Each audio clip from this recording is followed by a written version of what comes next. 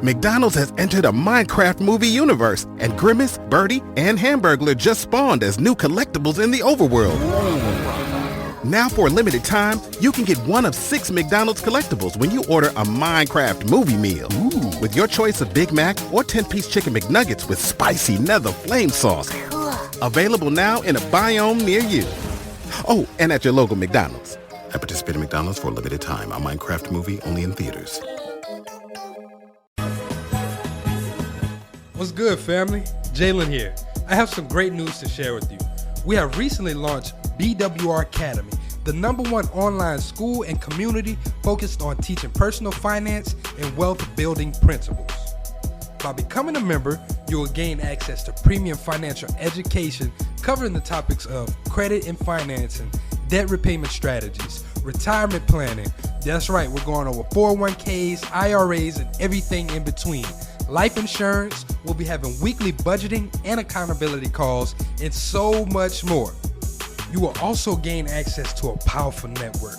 For years, we have been preaching, your net worth is your net worth.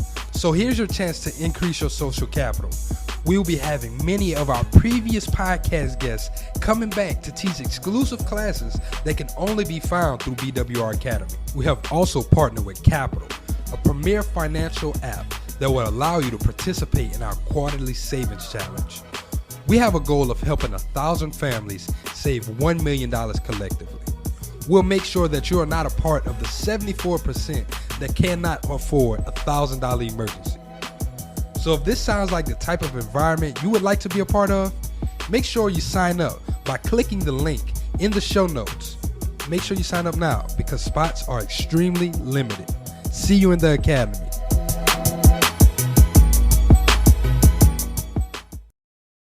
What's up, y'all? It's your boy David with Black Wealth Renaissance, and I'm here today to tell you guys about Anchor. If you haven't heard of Anchor, it's the best place to make a podcast. Anchor is a free app that has creation tools that allow you to record and edit your podcast straight from your phone.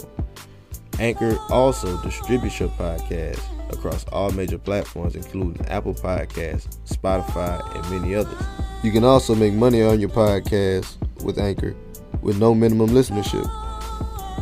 Anchor is everything you need to make a podcast in one place. So if you're looking to get started on your own podcast, download the free Anchor app or go to anchor.fm.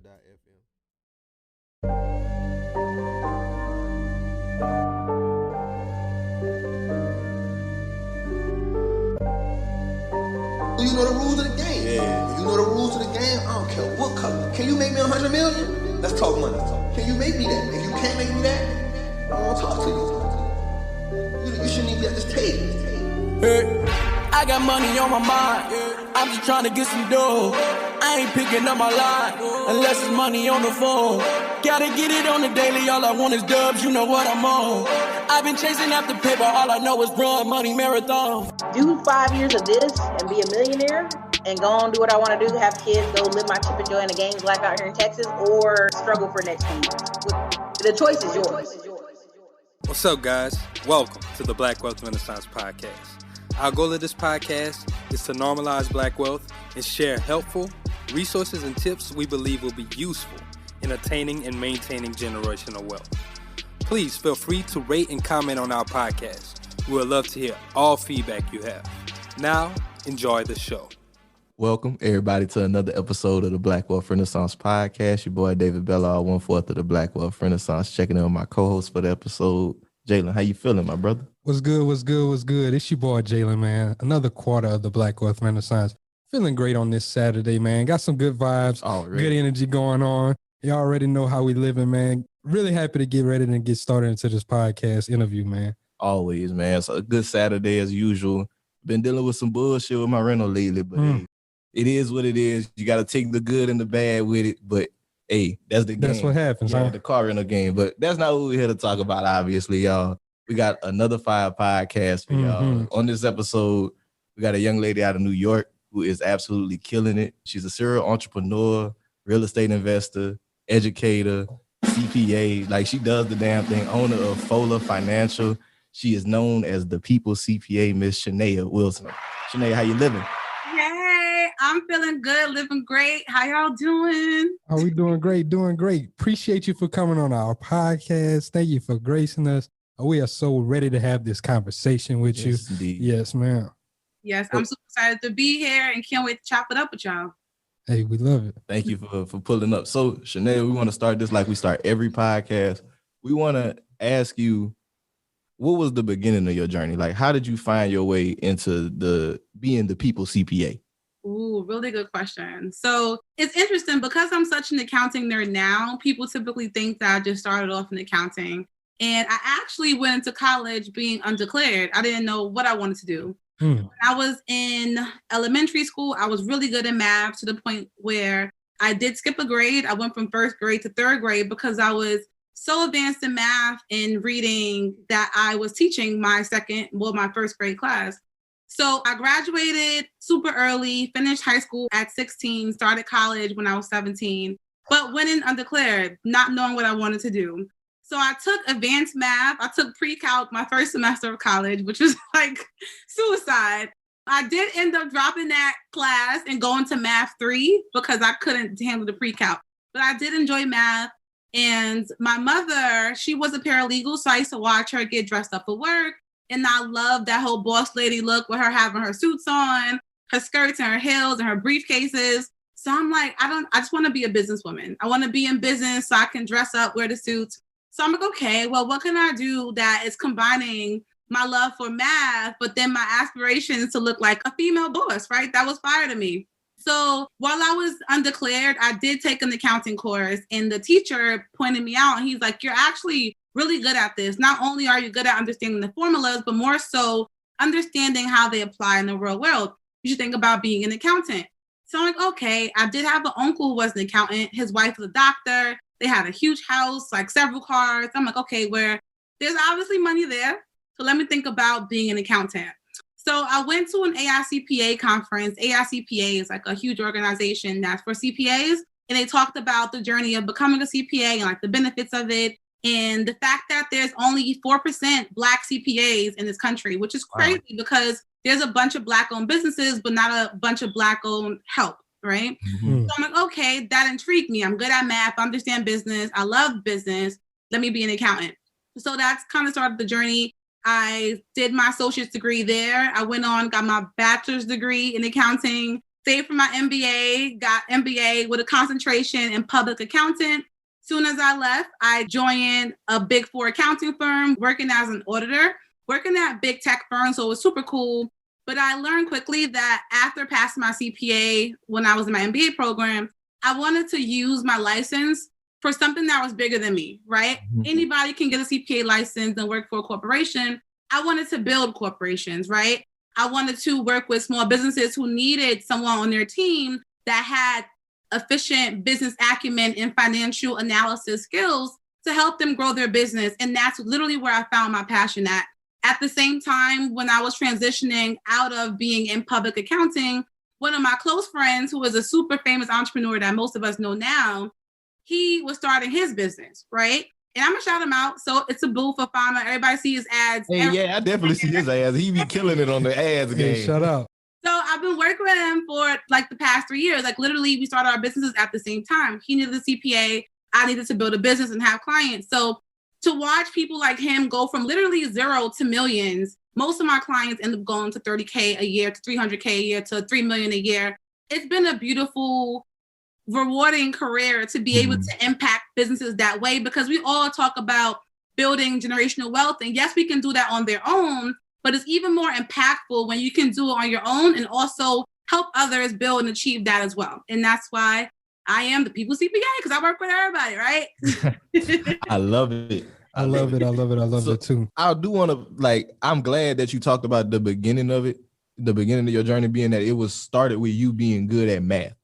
Cause I feel like right now with this entrepreneurial environment, the things that we talk about a lot, people say stuff like, oh, we need to get rid of algebra and we need to do all this, but that stuff is still very important, because you mentioned the piece in there about understanding those financial statements and really understanding how to grow and build a business.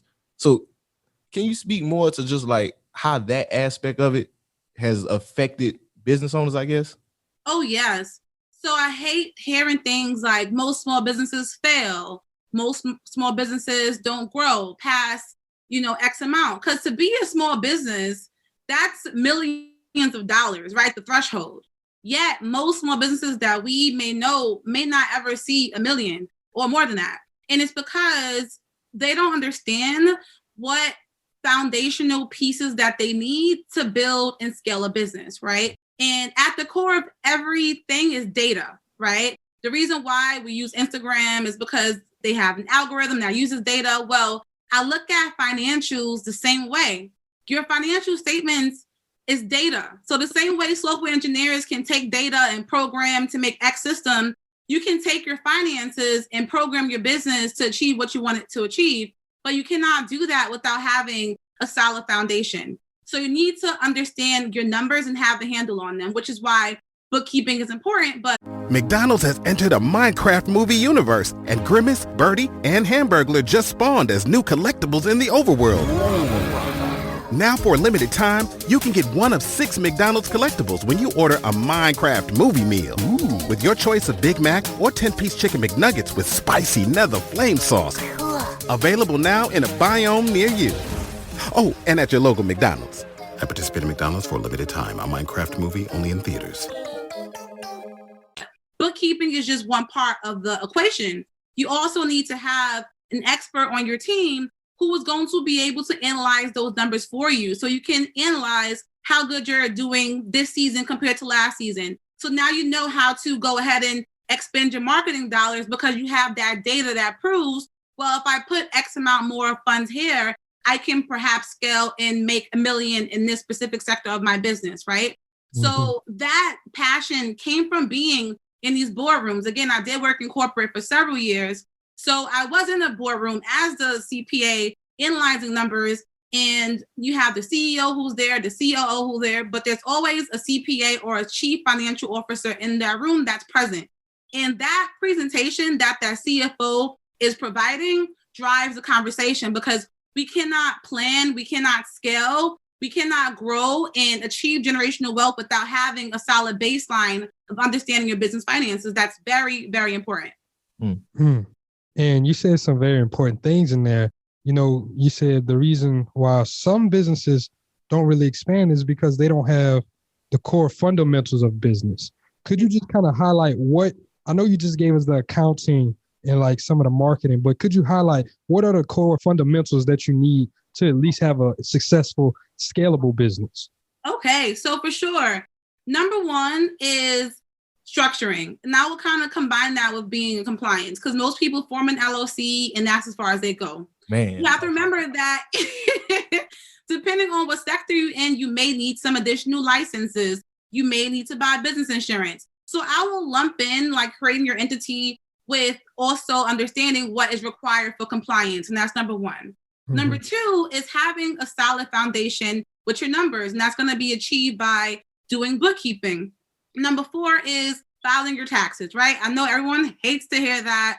I don't want to pay the IRS nothing. Well, there's a direct linkage between you filing your taxes and you being able to qualify for certain business loans. And that's needed for you to scale. So I would say that's for sure number three. And then number four is having your team. If you are trying to grow a business, you can't wear every hat. It's almost impossible. Yes, you can get some help from some softwares that may offer, some virtual assistant programs, etc. But to grow and build a system that's sustainable, look at what these corporations are doing. The blueprint is literally out there, right? You go to a corporate boardroom, you see the CFO, you see the COO, you see the CMO, Chief Marketing Officer. Now we have CTOs. Build your team. That's very important. You cannot wear every hat, especially when you are trying to grow, because as we know, time is money. And if you don't have any extra time to give, you can't make no more money. Mm-hmm. So have a solid team. That's very important. I think those are my top four of like the core competencies of having a business. No, I'm glad that you touched on all of that because that's very, very vital too. And I think one of the most important things that you said was like the team also, because especially in our community, we'll see us, especially whenever we try to start, whenever we're starting off in the beginning phases, is, I'm the boss. I need to do this. I have to do all of these things. So do you ever come across clients who have that type of mentality, and how do you break that mentality for them? Oh, yes, for sure. And honestly, it's inherent in us, especially as entrepreneurs. Like, you're like, this is my business, baby. This is my idea. I have to see it grow. Well, as we know, when it comes down to raising kids, they say it takes a village. Mm-hmm. So if you look at your business as being your business baby, just know it's going to take the same thing, a village, right? So I would literally break down to the clients, look how much time you're trading for your business. Your goal was to be an entrepreneur. That's great. You did it. You achieved some type of freedom, right? But did you really achieve true freedom? And I would define true freedom as being able to step away from your business for a month to 3 months if you need to, and it's still running by itself, right? And most people can't get to that point because they don't want to delegate. They don't want to build a team, and they think about the expenses more than they think about the benefits. So with my clients, I would break down to them, look at what you're currently doing, right? Make a list of tasks that you currently do every day. And then let's see which of those tasks we can give to somebody else to do. And let's also quantify how much more minutes you have of your day that you now took that time and delegated it out. And that could be a few hours. Do you know how much more work you can get done in a few hours? You can spend more time marketing. You can spend more time scaling, right? So I think with most people, and this is why I love what I do so much, it's because I can literally show them the numbers, right? And that has such a more significant effect because you can say one thing, but if I can show you on the screen, if you hire 2-3 personnel to do what you're doing, you can grow your business by 1.5 and bring a net profit up 20%. That sounds a lot better than me telling you to, hand your business baby to somebody else. So they say, women lie, men lie, numbers don't. And I think that in every aspect of what I do, showing the numbers, showing the data ultimately. What's good, family? Jalen here. I have some great news to share with you.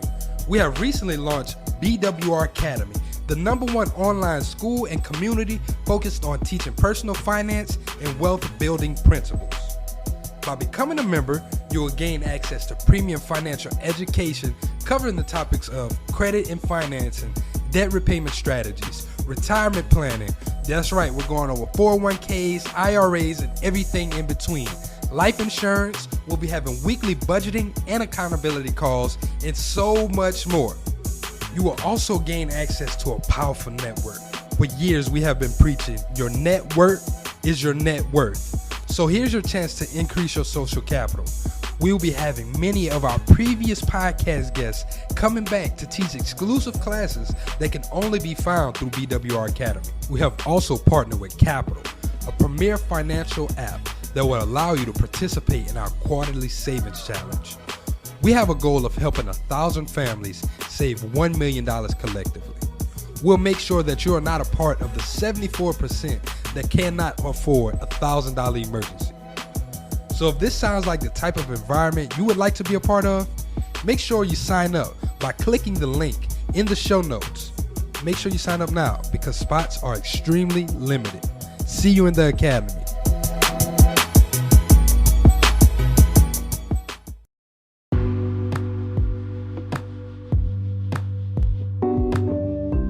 Have you been thinking about starting a podcast, but you don't know exactly where to get started? Maybe you don't know exactly what equipment you should buy or who you should go through with the hosting platforms. Well, good news. I created a course just for you. It'll be showing you how to make the fewest mistakes possible on your podcasting journey. It's called the Podcaster's Playbook, and it's a total masterclass taught by me, showing you all the techniques and tricks that we use behind the scenes of the Black Wealth Renaissance podcast. Swipe up now, click the link in the show notes so you can purchase the Podcaster's Playbook. It really makes that difference. That's major. Man, that's so major because that's one of the biggest hurdles I feel like business owners face. And looking into your business, Fola Financial, we learned that it grew very, very fast. So, like, can you speak to that? How the knowledge of that? Well, just knowledge. First, even with Fola, like, I want you to break down your name because whenever I learned the reason why you named it, I was like, oh, I really like that. So, can you just break down like why you named your business Fola Financial, and then what you had? Or I just wanted to know, like, with Fola, like, applying these principles, how it assisted in the growth. Okay. So how did I name the business Fola? I love that question because I get to shout out my best friend, Billy Keys. So when I was transitioning out of corporate, I knew I wanted to start a financial services company. And I'm super like picky with names. I wanted something that had like F and F. So like F financial. So I went through like Fly Financial. I went through like Fast Financial, just F and F. And then my best friend, she was like, you should try to make that word cultural as well. So I'm like, okay, well, what type of name can I have that's cultural, that has an F and still goes well with financial? So, you know, I'm from the Bronx. So I'm thinking finesse financial. I'm like, okay, well, let me mix it up and make it sound cool. So she actually brainstormed the name and called the company Fola Financial. And just to further break down what Fola means, Fola is a Yoruba native name that means honor and wealth. So it was perfect because I am a CPA, so I would say that I'm pretty honorable. And my goal is to help people build and maintain wealth. So I'm like, oh, no, this is it. This is it. Ooh, yeah. Fola Financial is easy, rolls off the tongue. Everybody know what it is. It's a brand. I love it. I love it. I'm glad you didn't name it Finesse Financial. I just want to say that. Finesse Financial sound like you was going to scam a nigga.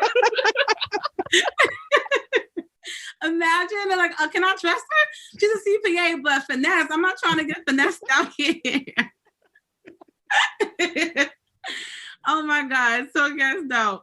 And in regards to growing the business, so to answer the second part of the question, I had to go through those same things. It was at a point where I was getting these great clients. And honestly, I'm super blessed that my business pretty much grew on its own from referrals.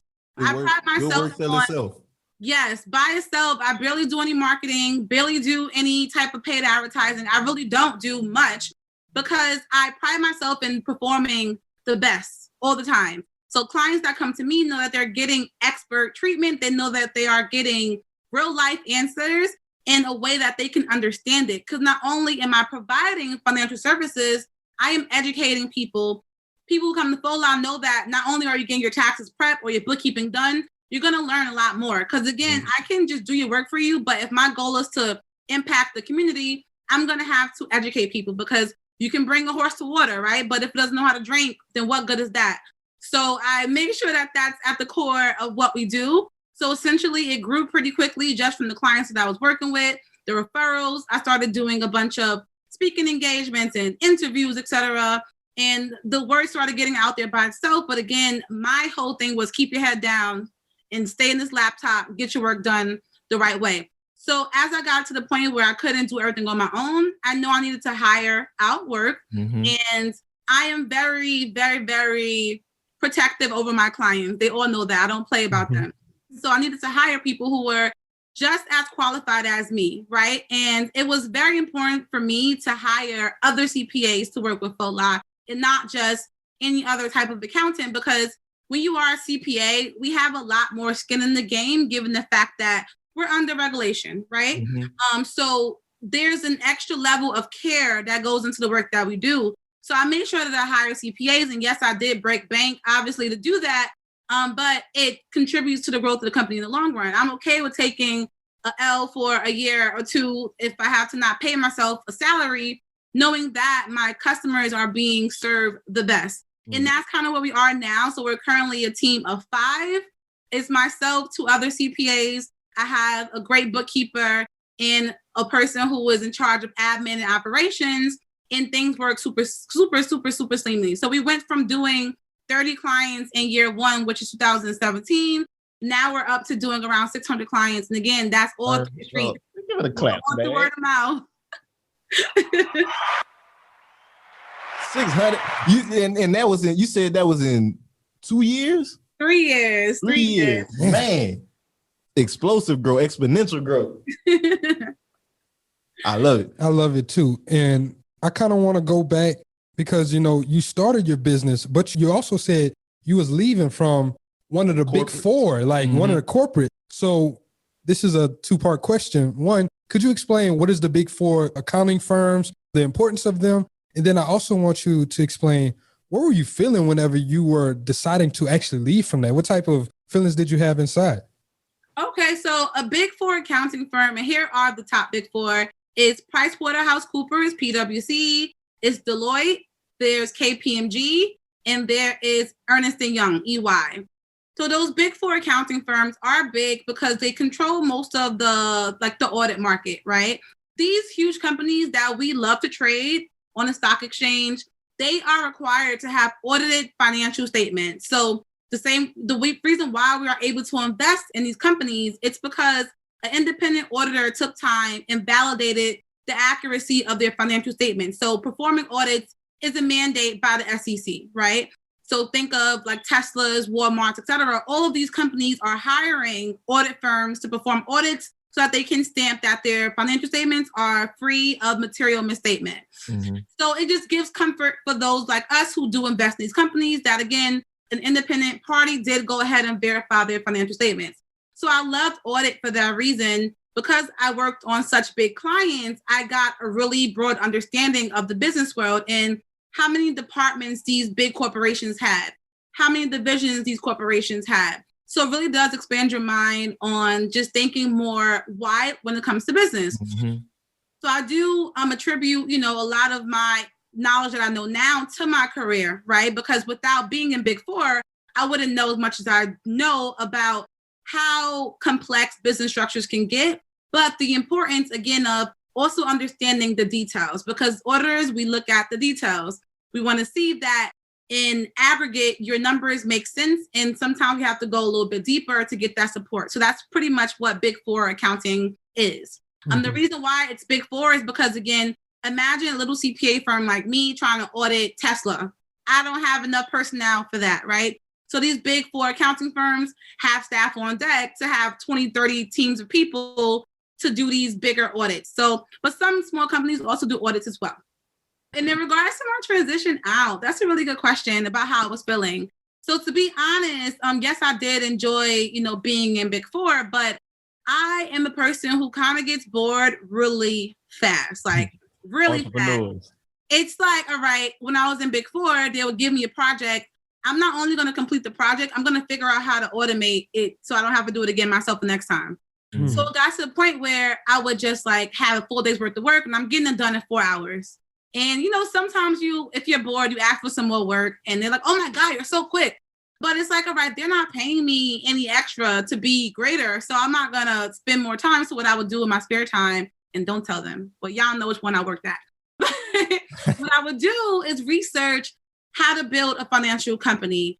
And so while I was there, I was already mentally preparing to transition out because I just started knowing the value of what I was able to offer to the world. So yes, my salary was great, but I knew that there was no limit to what I could make. I didn't want to be capped at, oh, she's great, give her $65K. Give her a bonus, 2%. Now I'm making $67K. Wow. I mean, not to discredit anybody's salary, but it just goes off of the effort. If I'm putting in effort to automate things, get this job done quicker, I want to see a direct correlation between my efforts and my profits, period. Because of the value that you bring. You bring a value. You bring a value. And like you said something major in there, like you were providing them, you would ask them for other work, right? And they wouldn't go give you no more money for that. They wouldn't go pay you extra for that. But like whenever you realize the worth you had to that company, you were able to like be like, okay, well, damn, I could do this for myself and make more money. I always think about the Master P example. Like if they gonna give me this much money to do this, how much more money can I actually make them? How much money am I actually making them? Exactly. Also, another thing, I figured out how much they billed the client to have us at the client site. Ooh. So our billable rate for the client was around $326. If I broke down my salary, I was getting paid around $37 an hour. Mm. So I'm like, okay, I'm literally getting paid 10% of what we're even worth to them on paper to the clients. So if I'm worth that on paper to them, again, what am I worth on my own by myself? That can be $1,000 an hour, right? So why not just explore and see what I can do? And by the grace of God, I've been able to actually see, again, that reward for my efforts and being able to quantify, all right, if I put this much effort in, I could hopefully make X amount of dollars. And with entrepreneurship, there is no limit. If I want to make $1 million tomorrow and I put my mind to it, I can do that. There's nobody stopping me. There's no boss telling me that I can't do overtime or I can't explore X, Y, and Z, you have that capability in yourself to do whatever. And if I want to start 5 more businesses, I can do so because I learned how to build one. I do believe wholeheartedly that if you can become an entrepreneur who is successful in one business, you can take that same formula and duplicate it over and over again, which I've done with, a couple of my other business ventures that I have as well. Mm-hmm. I love you. Thank you for answering that question so well. You're welcome. Yeah, we definitely could get into those other business ventures a little bit later into this.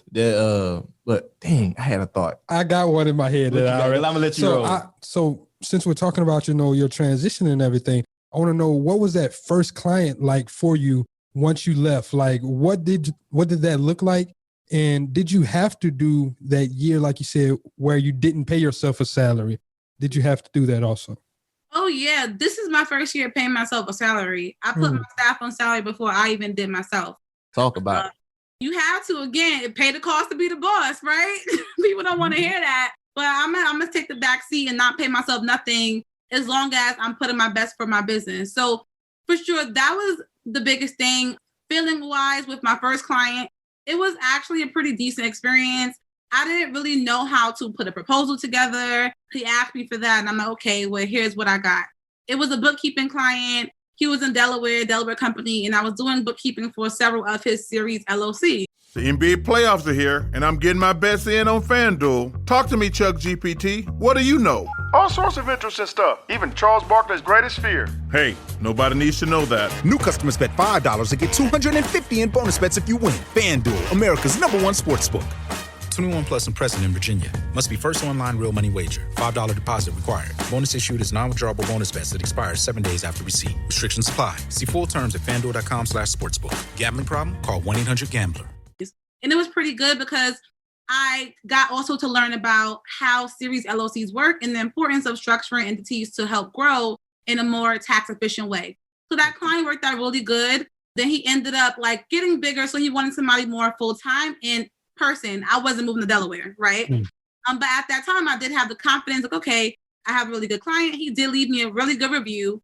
My first client, I got from Upwork. It was on Upwork. It wasn't no. Hey, that's real. I was really going to ask you. I was about to ask you, what was your marketing tactic to get that? But hey, you got to be honest. And that's how we found our first VA. And she's been awesome. She's been on the team, 2 years now? Yeah. Wow. Yep. Upwork, no shame in my game. And then went from that. I did a couple of projects on Upwork and again, started building that repertoire with people. People know what I was doing, what I was good at. Started just marketing myself more on Instagram and et cetera. And it kind of grew that way. So it started with something that was super small, but for sure, consistency and being persistent makes all of the difference. Mm-hmm.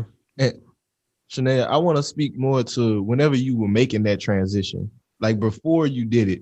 Because, I mean, I'm pretty sure you weren't expecting to enter into entrepreneurship and eventually end up having to not pay yourself. Because I think that's like one of the things, a mental hurdle that people don't expect.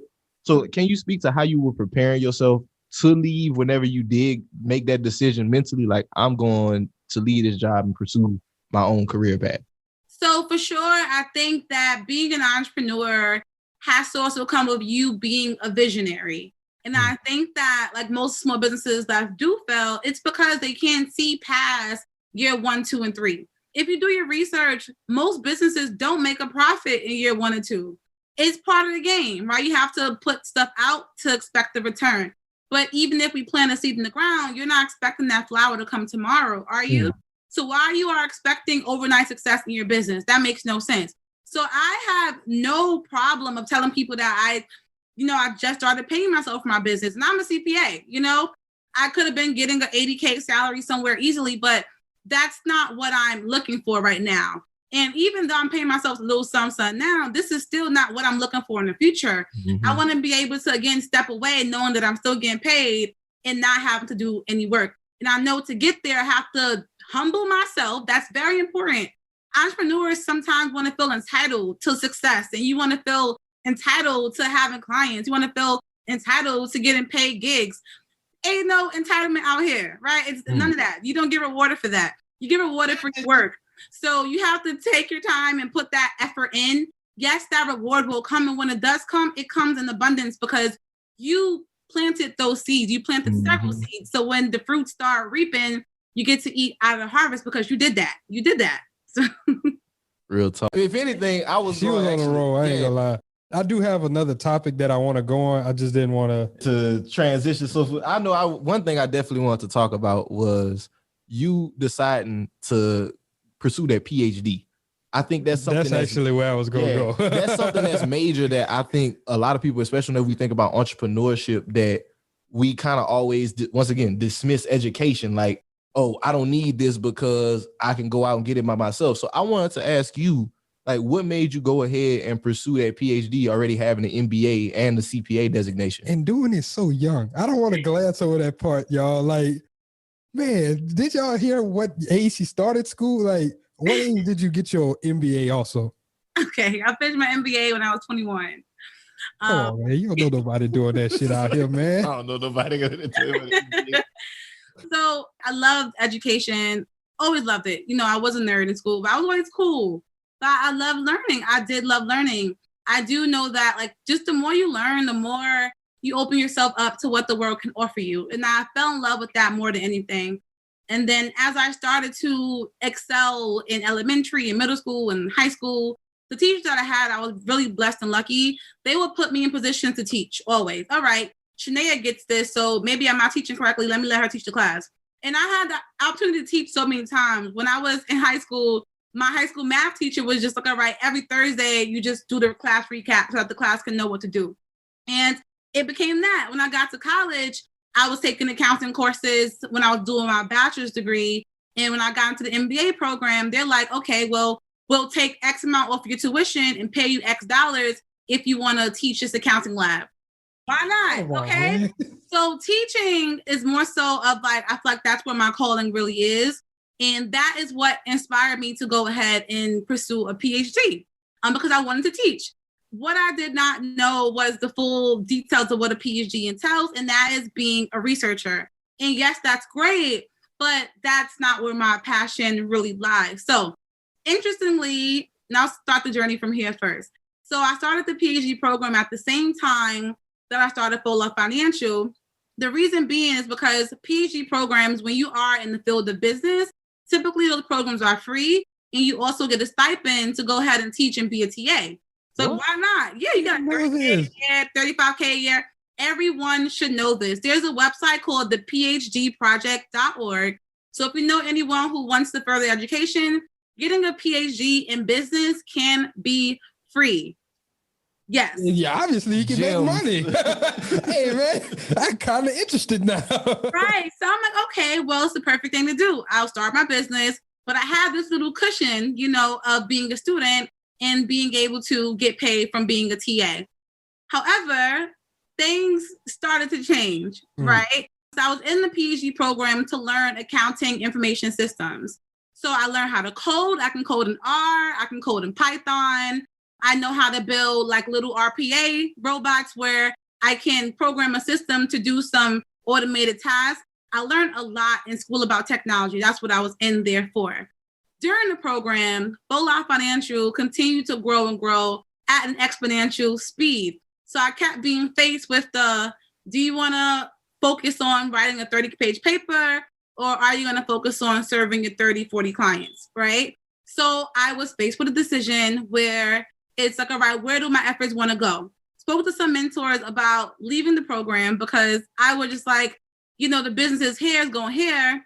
Some of them told me to stay in school. Some of them told me that I should leave school. Like, you know, we're in the age of entrepreneurship where we can't take that back. So ultimately, I decided to leave the program.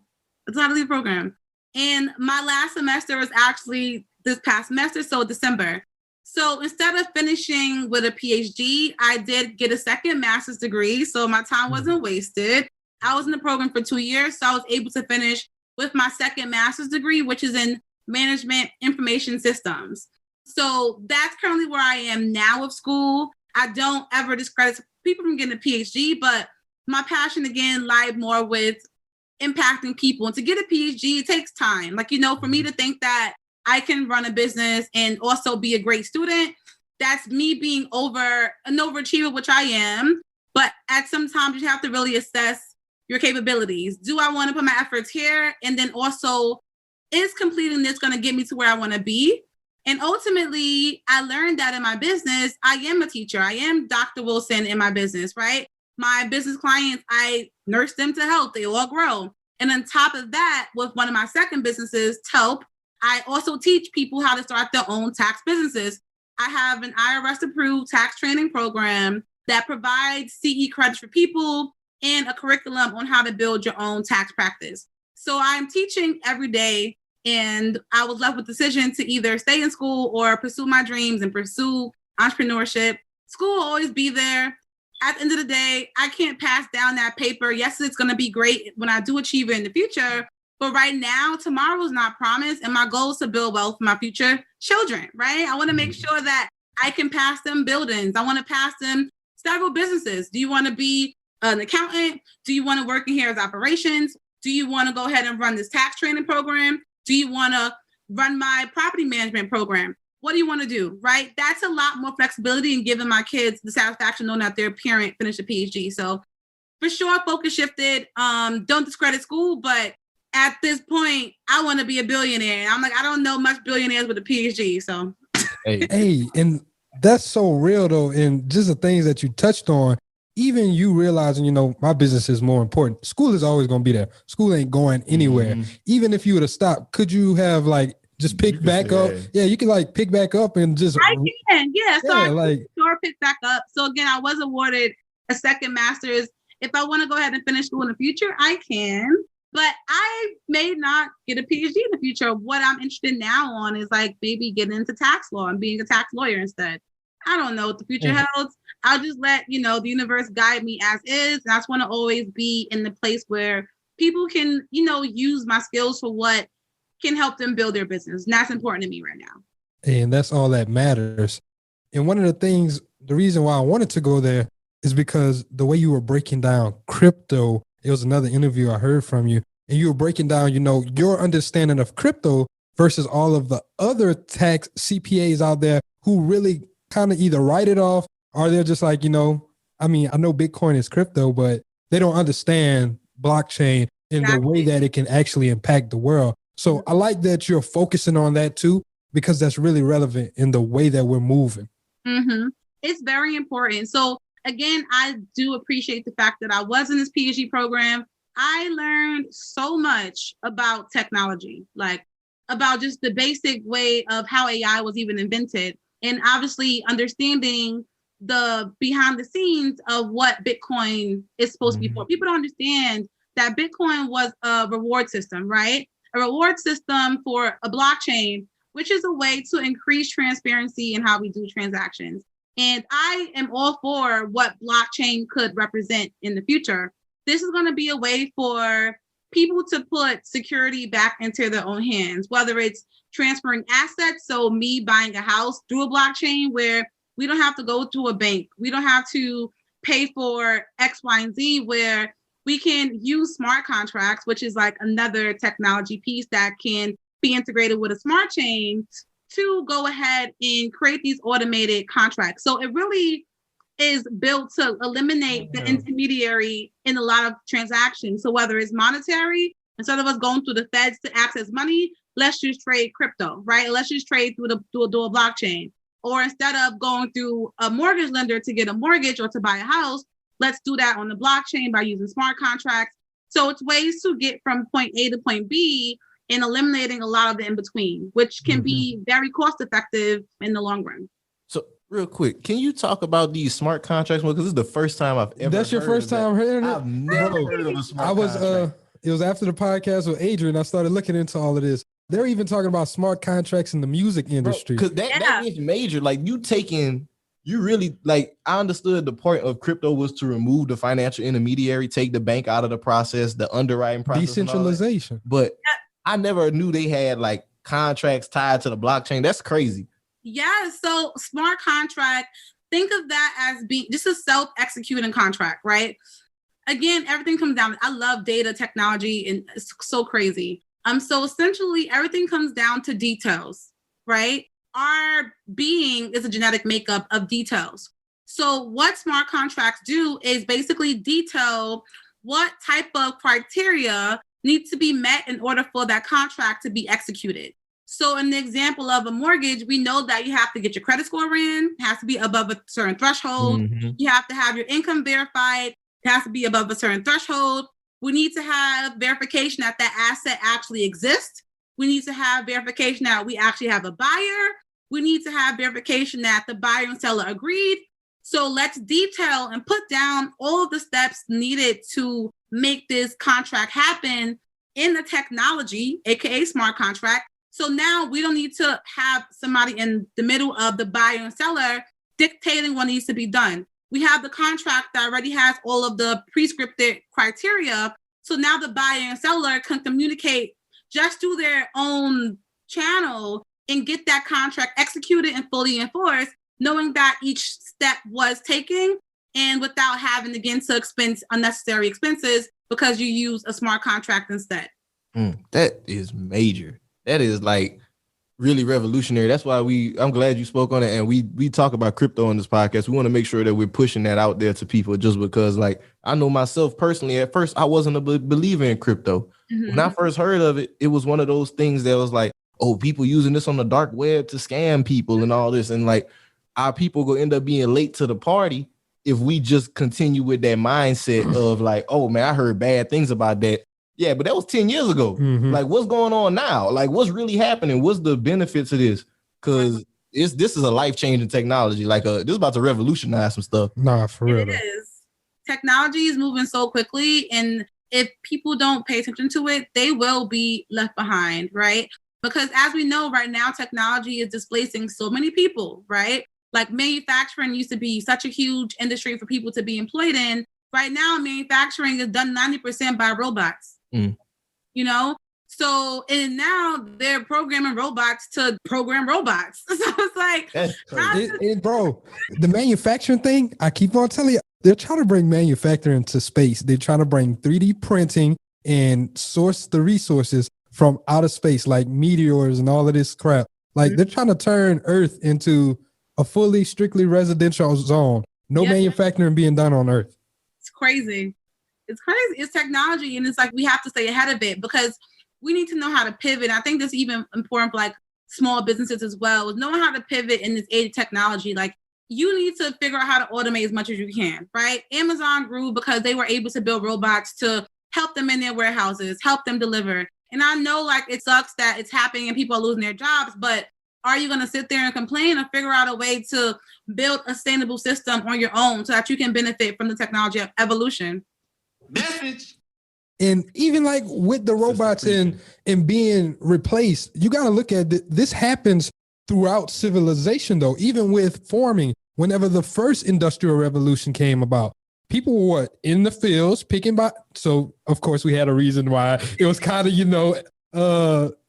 talking about with the cotton gin and this. Not even just with the cotton gin. I'm talking about while it was accelerated. Yeah. Once they lost their workforce with slavery, they had to figure out, how can we do this the most effective way? But even with that, the workforce, it changed. Instead of you needing people on your actual farm doing the irrigation, digging trenches or anything, they had machinery now. So now you had to go from being the actual farmer, the worker, to understanding, how do I fix the machinery when it breaks? It's going to break. Once again, computers started to take away certain jobs. You shouldn't be the person worrying about, oh, this is the job this computer replaced me with. Figure out how you're going to fix the computer. We just have to learn how to evolve because jobs are going to be created. You just have to understand where the job lies in the industry. Ooh, that's a really good bar, because I love that you brought that up, because people ask me all the time, like, what do you think? What's going to happen to the workforce? And I know for a fact that if you are somebody who is a visionary, you will always find your place, right? At the same time, we're losing jobs because of technology and automation. There were new jobs being created. 20 years ago, there was no such thing as being an influencer, a YouTuber. Meanwhile, these people are getting paid 7 figures to do what they're doing, right?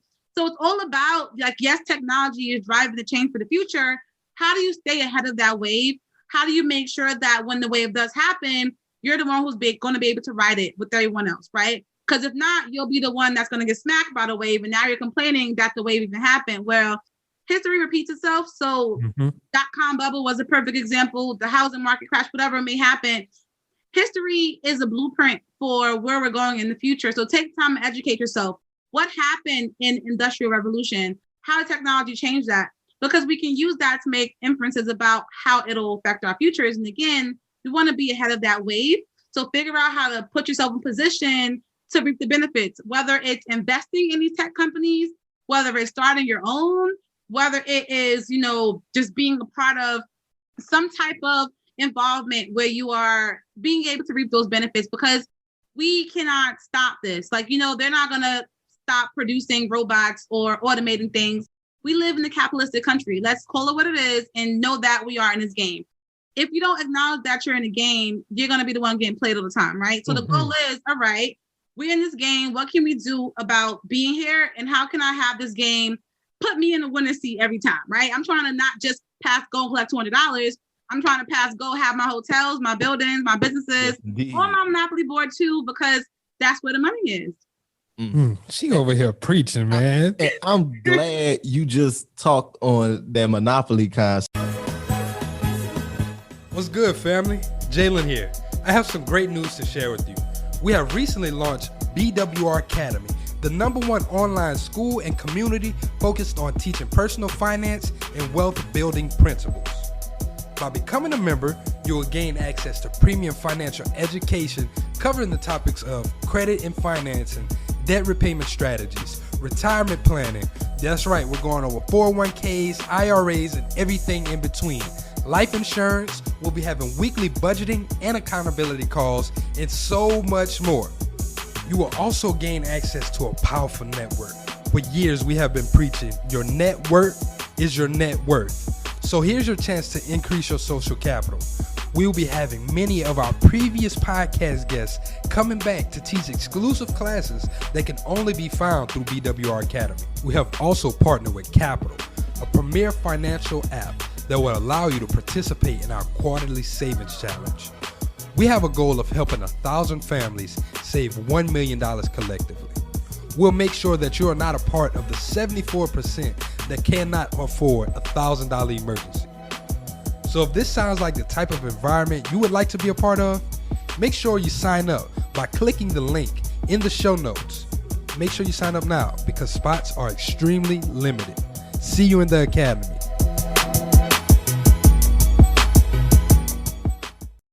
Because it kind of is a perfect segue into the next thing I wanted to ask you about, and that's your real estate journey. I heard you mention that you're a real estate investor partially because you teach on generational wealth and you want to lead by example. So can we kind of get into your real estate journey, how that started for you? Of course. And I love that because people always ask me what differentiates you from other CPAs. And I'm like, this is not all that I do, right? I'm an entrepreneur just like you. And this is not my only business venture. What makes us common is the fact that you want to build generational wealth. Well, I do too. So I'm going to be that person that can provide that type of insight. So investing in. This episode is brought to you by LifeLock. It's tax season, and we're all a bit tired of numbers. But here's one you need to hear. $16.5 billion. That's how much the IRS flagged for possible identity fraud last year. Now here's a good number. 100 million. That's how many data points LifeLock monitors every second. If your identity is stolen, they'll fix it. Guaranteed. Save up to 40% your first year at LifeLock.com/podcast. Terms apply. Real estate honestly started with reading one of my favorite books, Rich Dad, Poor Dad. Hey, we got to give Rob his flowers, man. I know he kind of fucked up now, but hey. Hey, man, it is what it is. That book changed my whole perspective on freedom. And again, that whole concept of how much longer are we going to continue to trade our time for money? I love traveling. I love experiences. I love being with my family. And even as an entrepreneur, I am not always rewarded with that, right? But when you invest in real estate, you can have that comfort of knowing at a minimum, my bills are going to be paid because my properties are paying me. So even if I stop FOLA, my bills are still covered, right? So I did make a post on Instagram the other day about the cash flow quadrant and how passionate I was about moving from being in the self-employed, so the S section of it, to the B, right? So being self-employed, if you stop working, your business stops working. I am blessed to have gotten to the B quadrant where if I walk away for 3 months, my business is still going to run by itself and it's still going to run great because I have a great team. The whole goal of that is, again, give your time back to yourself so you can go ahead and do whatever you want with your time. So I started investing in real estate for that reason. I wanted to be able to have more accessibility to achieving financial freedom. And that's one of the quickest ways to get there. On top of that, investing in real estate is the quickest way to triple, well, not even triple, but to grow your net income, your balance sheet. So I would say your net worth exponentially, right? Because you can start off with buying $100,000 property. You're putting down maybe 10K in total closing costs plus, etc. But now if you hold on to that property, it may be worth $300K in the future. It all started with a $10,000 investment. So your only cash deposit was $10,000. And now you have a $300,000 asset, right? So again, talking about the whole balance sheet idea, I think is very important because when most people think about wealth, they think income statement, right? Income statements are temporary. Most of them are temporary accounts. Income statements get closed out to the balance sheet at year end. Let me break that down because I know most of you guys listening are not accountants. At year end, your net income gets carried to your retained earnings section of your balance sheet. Your balance sheet shows how much your business and ultimately you are worth. So when we talk about net worth, we're talking about balance sheet. What are your assets? How many liabilities do you have? And what is your share of equity? And maybe that's personal equity, business equity, etc. Well, most people, they're so focused on the income statement, they ignore their balance sheet. And you may have a net $1 million business, but then you have $2 million in debt. And you also have $0 in cash, $0 in any other assets. Well, you are still operating at a negative net worth. So very important to understand the importance of analyzing your balance sheet. So when we talk about balance sheets, the most important section, obviously, is assets. We want our assets to go ahead and produce us income that lands on our income statement. Your assets could be your business. That could be stocks. That could be gold. It could be, it can be whatever, paintings. Like, let's follow Jay-Z's blueprint, catalogs, whatever he invests in, right?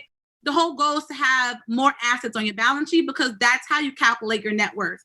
I don't care how much money you netted last year. What's your balance sheet looking like? That's what a real bag is. Because if you netted $100,000, but you got $200,000 in debt, you are a negative $100,000 person, meaning negative net worth, meaning you are not on that path to build generational wealth because you have that debt. So I think that started the real estate journey for sure. I know that was like a long accounting lesson, but ultimately, I think it was we actually need to do this.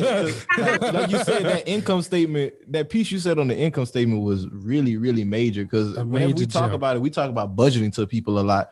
In an income statement, like that's kind of the way we tell them to start is like, hey, write this and write that. But whenever you start talking about that bigger picture and really looking at it from that other zone, you really need that balance sheet. Exactly. And the balance sheet is with a bag at, period. B&B's. My sister got the bars. Hell yeah, man. She came out here. I do got some bars, but that's a whole different combo. Hey, man, she got the names that rhyme and stuff, flow well. Let me find out you about to drop an accounting mixtape or something on us. Listen, it's coming out July 5th, 2021. Hey, let's go. Let's go. She gonna have that heat for y'all. Yes, but investment strategy, I will just start to say, I started investing small. I focused in the Detroit area. Detroit is a booming market, as we all know now. I was looking at Detroit 3 or 4 years ago because of that. I did, do my research and know that a lot of investors are going out there because it's a new economy. Look in New York. It's, getting gentrified. Well, they're looking in the Midwest, so Detroit, Chicago, Ohio, to revitalize those communities as well. So I followed Dan Gilbert and learned about what he was doing with Quicken Loans, with Rocket Mortgage, and he's killing the game in Detroit. So I'm like, okay, that's a great place to go ahead and buy some property. So I love Detroit because you can buy a property for as low as $1,000 on auction, right? They start at $1,000, and sometimes if no one else bids, you're going to land that $1,000 property. And to go ahead and fix that property up, it may only cost you $40,000, $50,000. When I say those numbers to my friends, they get so scared, like, oh my God, you paid $50,000 to fix up a property. But if you think about it, you have options as long as you are in a good position yourself. So 50K, to me, that's like, okay, well, I'm putting 25 of that 50K on my credit card, right? Number one. The remaining 25K, I'm going to disperse that over time. 25K, that's just 5K for 5 months. That's not too much money. So when you really break down what the plan is, you can achieve that. So my goal was to, buy in small, rehab the property, reap the benefits of having that asset, but then also having that extra equity. So now I can go ahead, pull that equity and reinvest that back into another unit. So I did a 1-family unit in Detroit. I also purchased the 8-unit property in Detroit. More recently, my boyfriend and I are actually going to close on the property next month, another multi-unit in Detroit. And I also just closed on 2 buildings. One has 5 units, one has 6 units with my business partner in Ohio. So I think I have like 16 doors altogether. Let's go. I love it. I love it. And I'm glad you touched on the fact that you invested in Detroit. We had an episode with our girl Asia Denson a while back. We need to get Asia back on. Yeah, we do. And she was telling us about the opportunity in Detroit. And I was wondering, that was one of my big questions for you. Like, do you invest in New York? Because I don't hear too many people talking about investing in like New York and Cali. So New York is super expensive, as everyone knows. And honestly, I'm more about the ROI than I am about the HYPE, the hype, right? So it sounds good. Oh, I have a property in New York, but how much are you really yielding? You can just be probably breaking even in most cases, or just making $500 extra. I want to see a property where my expenses are $1,000, but I'm making $4,000 from that property. That makes a lot more sense to me, right? I'm all about the numbers. I don't care about the hype. I don't care about the area. It's what makes more sense financially, which is why instead of trying to buy in New York, I focused on buying in places like Detroit, because essentially, if you want to stay in these bigger areas like like New York, California, you can use the income from your properties in those areas to go ahead and fund your life. So if I wanted to, get a closet in New York for $2K a month, at least I can do that knowing that it's not coming from my hard-earned money. It's coming from my passive income from my investments. That closet comment took you out. I mean, I'm just being honest. I didn't want to say nothing. But yes, it did. Hey, no, but I totally understand. And I kind of want to ask, like you said, you were looking and you were researching and you saw what Dan was doing with Quicken Loans and Rocket Mortgage. So if there's someone who's listening to this and they might want to get into real estate, how would you go about telling them, okay, maybe you can't get in this hot market, but how would you go about telling them finding a new market that might be bubbling up? So do your research, which is why I love the tax code, because the tax code does provide guidance on where to look, right? And here's a perfect example. Opportunity zones, right? That's in the tax code, and that shows you where to look, right? Because you get to take advantage of tax abatement, tax deferment, etc. But then you're also able to get these assets in these areas that are up and coming. So when you hear opportunity zone, I just think opportunity zone. This is the place where you should be. And those are areas like Detroit, Chicago, Ohio, some places in Atlanta, some more places in like Texas, etc. Well, the tax code provides guidance for where the money is going to be flowing from in the future, right? Which is why business owners and real estate developers get really good tax credits and deductions. So if you invest in these areas, you will reap the benefits in 5 and 10 years. And again, investing and building wealth is a long-term game. It's not a quick turnaround time. Well, that's your blueprint right there. Look in opportunity zone. That's a really good start. So I would say to research the area for sure, understand what's going on. Specifically in Detroit, what Dan Gilbert was doing was, again, allowing people to have a new chance with home ownership, right? Also, by him building these companies, he's providing jobs. And on top of that, he's providing infrastructure for downtown. The whole downtown Detroit was basically funded by his investments. He revitalized the whole downtown community. What does that do? Attract other businesses. Oh, now Google's in Detroit. Oh, now Amazon's in Detroit. Amazon's building a new fairground. Oh, they're going to invest $50 million into the Motown Museum. Why? Because it started with one trend. So it's very important for people who want to get started with investing for the low, research what is up and coming in that neighborhood. So again, Detroit has so many promising signs, so many rooms for development, so many jobs that are going to be open. If there's jobs in that area, people are going to need a place to live and sleep. So why not invest in real estate and be able to be that landlord? Hey, man, she just gave y'all the keys in the game. Very valid reasons and good stuff to look for. I never knew Dan Gilbert was doing all that stuff in Detroit. Yeah, I didn't know that either. I ain't gonna lie to you. I just talking with Quicken Loans. That's an amazing service, by the way. They really, that's another one. They own it. Rocket Mortgage, man. Goes back to the conversation, technology, automation, man. That's what's revolutionizing everything right there. Sure is. Let's see. I think we didn't got. Yeah, you didn't answer a lot of my questions that I had. A lot of things that I wanted to get into. So we can pivot to our last section of the pod. The last section is what's on your timeline or what's in your world. That's what we're gonna call it right now. What's going on? Something that you saw that you want to speak on that you feel is going to be important for business owners or just your everyday person. Oh, yeah. So obviously, I'm a CPA. I'm a tax professional. I'm going to say that the biggest news on my timeline was the pushback of our tax season start date, right? It kind of bothers me because when they push dates back, people tend to, all right, well, I got some more time. As an entrepreneur, a small business owner, not only is analyzing your income statement and your balance sheet important, let's talk about the statement of cash flow. That's very important. So tax time, I typically like to get the client's returns done January, February at a minimum so that you can spend the rest of your year knowing that your tax debt is already paid and now you can expend your money where it needs to be, right? So cash flow is very important. And so I don't want small business owners to think that just because the date's pushed back, that they don't have to prioritize taxes. You need to have a firm standing of how you start the year. And taxes is a very important part of that because you can't go spending on marketing, advertising, personnel, or software if you have some debt that may be outstanding. So that's one thing that's on my timeline. And I will encourage all entrepreneurs and creators who are listening to not delay, still go ahead, start organizing your business income and expenses, get your bookkeeping done, and still go ahead and start the process of prepping your taxes because even though the deadline's pushed back, your business ain't, right? And you want to be able to have the handle on your cash flow and not let a tax bill deter you from making any other major moves throughout the year. I love it. And I ain't gonna lie, I have one more question that just popped up in my head. I gotta know. What is your why? What makes you go so hard? Like, what makes you tick?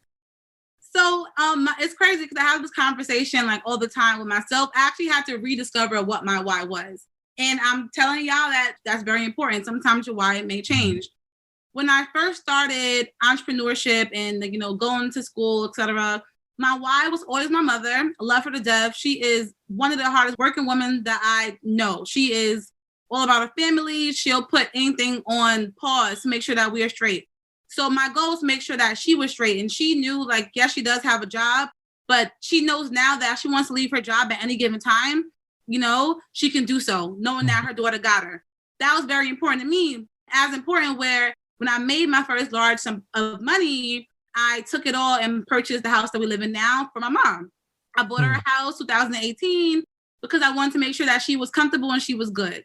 But again, now my mom's at that point where she's good. My brothers are good. And I had to ask myself, well, what am I doing everything for now? Like, what is everything for? And as we know, like, our talents, our skills, our gifts are for a bigger purpose. There's no coincidence why we're giving what we were given. And I now see that it went from me wanting to benefit my family, but now I get to benefit thousands of families because I'm employing people. I have a company where I'm providing jobs, several different jobs. I have a tax training program where I teach people how to build their own businesses. I have investments with different partners and I'm helping them benefit their lives as well. And of course, shout out to FOLA, through my work as a CPA, I'm able to help entrepreneurs build their own businesses, create generational wealth, and impact their families. So it went from me benefiting my small family of 5 people to now, who knows, that number could be well over 10,000 because it all starts with you sowing little seeds in people's lives. So every single day I think about that. Well, the work that I'm doing is going to help my clients provide for their families, provide for their families, provide for their families. So there's that compound effect where it's like there's no limit to how impactful or how influential I can be. It's just all about the effort that I'm going to put in, but I directly see a return, and then I'm able to directly impact my community. You know, I'm black and proud. And it makes me proud that I'm able to go ahead and impact my community in that way. I love it. I love it. Especially continuing to sow them seeds even after like you've met that immediate why. That's amazing. Sure is. I definitely appreciate you for coming on, spending some time with us this Saturday. I really learned a lot from this podcast, and I definitely just want to say thank you and appreciate you. Yes, indeed. And before we wrap anything up, I wanted to just speak on that piece you said about tax planning again. I think too many entrepreneurs, they overlook it. They want to fit tax season into like this small window, like you do whenever you're still on the employee side. If you're an entrepreneur, you're a business owner, you need to understand, like what my sister was saying, this is an all year thing. This is a year round thing. Don't get comfortable. Don't get complacent. Start getting your shit together now. And hit the people CPA up if you need your stuff. You licensed in all 50 states, right? I sure am. Y'all go fuck with it. I'm telling y'all. No. Thank you guys for having me. And again, yes, tax planning is very important. You know, wealthy people aren't planning for right now. They're already 10 years ahead. So it's important for us to be that proactive as well.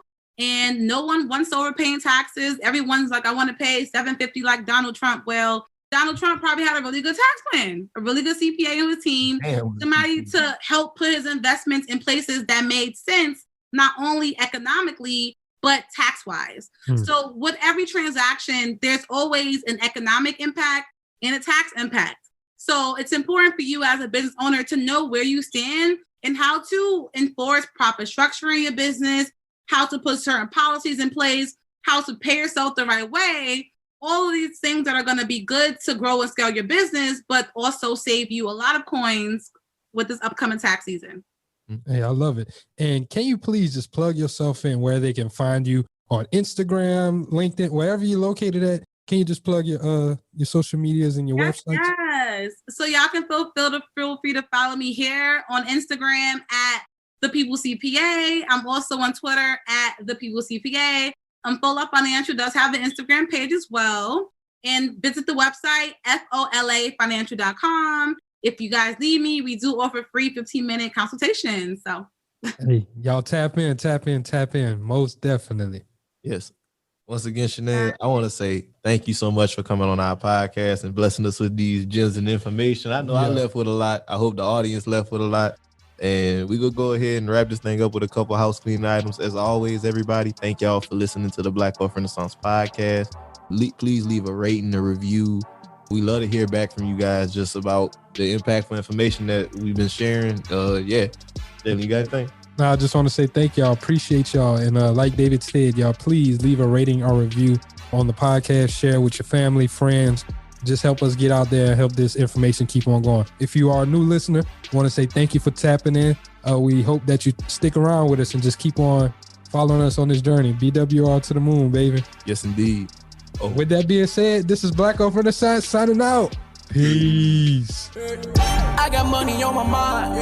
I'm just trying to get some dough. I ain't picking up my line unless it's money on the phone. Gotta get it on the daily. All I want is dubs. You know what I'm on. I've been chasing after paper. All I know is run money marathon.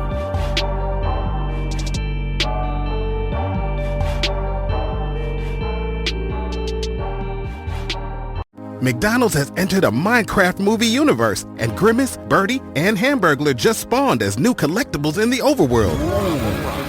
Now for a limited time, you can get one of 6 McDonald's collectibles when you order a Minecraft movie meal. With your choice of Big Mac or 10-piece chicken McNuggets with spicy nether flame sauce. Available now in a biome near you.